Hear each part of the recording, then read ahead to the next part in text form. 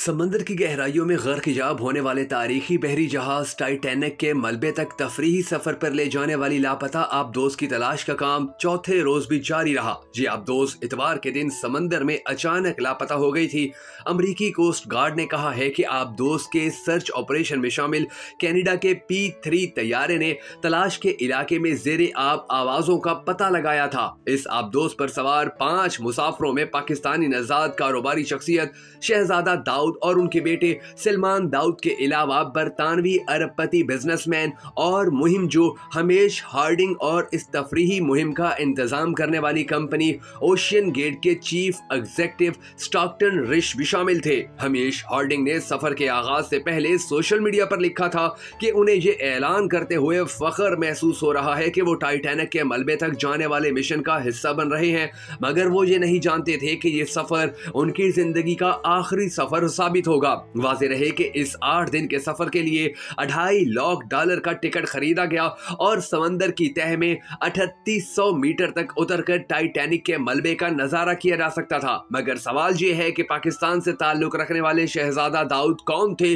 कि जो इस आबदोज में मौजूद थे और उनके हवाले से बहुत सी खबरें अचानक सामने आना शुरू हुई थी। नाज़रीन गिरामी, दरअसल पाकिस्तान के बड़े कारोबारी खानदान के रुकन और बरतानिया में प्रिंस ट्रस्ट चैरिटी के बोर्ड मेंबर 48 साला शहजादा दाऊद और उनके 19 साला बेटे सलमान भी उस लापता आबदोज में सवार थे। शहजादा दाऊद एंग्रो कारपोरेशन के नायब चेयरमैन थे। ये कंपनी खाद, खाने पीने की अशिया और तवानाई के शोबे में काम करती है। इनके बेटे सलमान यूनिवर्सिटी में जेरे तालीम थे। सलमान साइंस फिक्शन लिटरेचर के बड़े मद्दाह थे और इन्हें नई नई चीजें सीखने का भी बहुत शौक था। हम सबको दुआ करनी है कि अल्लाह ताला उन सबको जन्नत अल फिरदौस में आला मकाम अता फरमाए और उनके हवाले से उनकी मौत की जो खबरें सामने आ रही हैं वो झूठ साबित हो और वो बखैर आफियत वापस आने में कामयाब हो सके। अगर आप भी इस दुआ में शामिल होना चाहें तो कमेंट सेक्शन में आमीन जरूर लिख दीजिएगा। दाऊद खानदान का शुमार पाकिस्तान के अमीर तरीन खानदानों में होता है, लेकिन इनके बरतानिया के साथ भी बड़े गहरे ताल्लुक हैं। यूनिवर्सिटी कॉलेज लंदन के एक प्रोफेसर के मुताबिक एक तो ये है कि लापता आबदोज ने हंगामी सूरत हाल पेश आने के बाद इजाफी वजन गिरा दिया हो ताकि सतह पर आया जा सके। उन्होंने कहा कि अगर बिजली या कम्युनिकेशन की खराबी हुई होती तो मुमकिन है कि ऐसा हुआ हो और फिर आबदोज अपने मिल जाने के इंतजार में सतह पर ही घूम रही हो। एक और मुमकिना मंजरनामे के बारे में वो कहते हैं कि मुमकिन है कि इस आबी गाड़ी के तले या निचले हिस्से में खराबी हुई हो जिसके नतीजे में लीकेज हुई हो और ये कोई अच्छा ख्याल नहीं था। अगर आबदोज समंदर की तह में चली गई और अपने जोर पर वापस आने की सलाहियत से महरूम हो गई तो फिर बहुत ही कम ऑप्शन बचते हैं। अगर आबदोज का ढांचा अपनी असली हालत में मौजूद रहता और 200 मीटर से ज्यादा गहराई में मौजूद होता तो बहुत ही कम जहाज ऐसे हैं कि जो इतनी गहराई तक जा सकते हैं और यकीनी तौर पर गोताखोर तो बिल्कुल भी नहीं उनको बचाने के लिए जा सकते। नेवी की आबदोज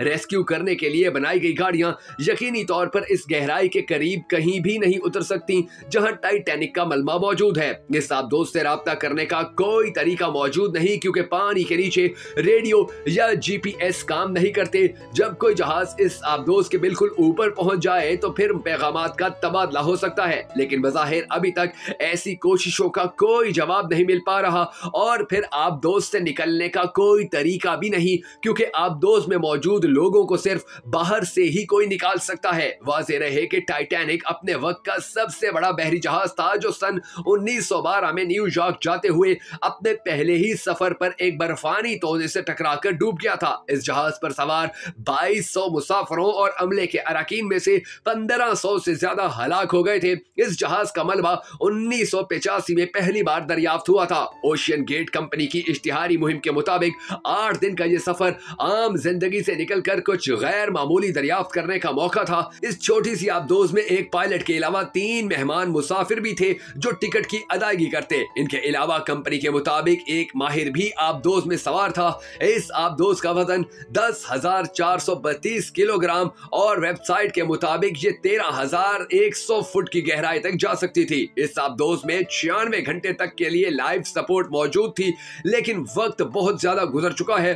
दाऊद फैमिली की जानिब से जारी करदा बयान में कहा गया है कि हमारे बेटे शहजादा दाऊद और उनके बेटे सलमान ने बहरे ओकियानूस में टाइटैनिक की बाकियात को देखने के लिए सफर का आगाज किया था। फिलहाल उनकी सबमरीन क्राफ्ट यानी छोटी छोटी आबदोज से राब्ता मुकम्मल तौर पर मुंतके हो चुका है और इसके बारे में दस्तयाब मालूमात महदूद हैं। मुतअद्दिद सरकारी एजेंसियों और गहरे समंदर में काम करने वाली कंपनियों की क़यादत में एक मुश्तरका कोशिश भी की गई ताकि आबदोज से राब्ता बहाल किया जा सके और इन्हें बाहिफाजत वापस लाया जा सके, मगर ऐसा मुमकिन न हो सका। दाऊद फैमिली ने मजीद कहा है कि हम अपने साथियों और दोस्तों की तरफ से मिलने वाले पैगामात पर बहुत शुक्रगुजार हैं और हर एक से दरख्वास्त करना चाहेंगे कि इस वक्त खानदान की निजी जिंदगी का ख्याल करते हुए उनकी हिफाजत के लिए दुआ की जाए। दाऊद खानदान का शुमार पाकिस्तान के अमीर तरीन खानदानों में होता है, लेकिन उनके बरतानिया के साथ गहरे राब्ते हैं।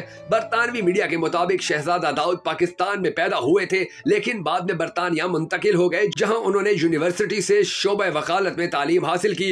इसके साथ साथ उन्होंने ग्लोबल टेक्सटाइल मार्केटिंग में यूनिवर्सिटी से MSc भी कर रखी है। शहजादा दाऊद खला में रिसर्च करने वाली एक कंपनी SETI इंस्टीट्यूट के ट्रस्टी भी रहे और इस इदारे की वेबसाइट पर इनसे मुतल्लिक कुछ तफसीलात भी फराहम की गई हैं। इन तफसीलात के मुताबिक शहजादा दाऊद अपनी अहलिया क्रिश्चियन और अपने बच्चों सेलिमान और अलीना के हमरा बरतानिया में रहते हैं। इन्हें फोटोग्राफी का शौक है और वो जानवरों से मोहब्बत करने वाले शख्स के तौर पर पहचाने जाते हैं। शहजादा दाऊद हरकुलिस कारपोरेशन के वाइस चेयरमैन रहे। दाऊद हरकुलिस कारपोरेशन दरअसल दाऊद ग्रुप का हिस्सा है और ये खानदान गुज़िश्ता 100 साल से जायद अरसे से कारोबार की दुनिया में मसरूफ है। शहजादा दाऊद सन 1996 में खानदानी कारोबार में शामिल हुए, जहां उनकी महारत कारपोरेट गवर्नेंस और पाकिस्तान में सनती शोबे की तजदीद में रही। दाऊद हरकुलिस कारपोरेशन सनतों के एक लंबे सिलसिले का इंतजाम संभालती है, जहां शहजादा दाऊद तवानाई, ज़राई और ग़िज़ाई अशिया, खुराक, पेट्रोकेमिकल्स और टेक्सटाइल जैसे शोबों के इंजमाम और तरक्की के मौके तलाश करने में अहम किरदार अदा करते रहे। शहजादा दाऊद एंग्रो कारपोरेशन लिमिटेड और दाऊद लॉरेंस लिमिटेड के बोर्ड्स में बतौर शेयर होल्डर डायरेक्टर भी शामिल रहे।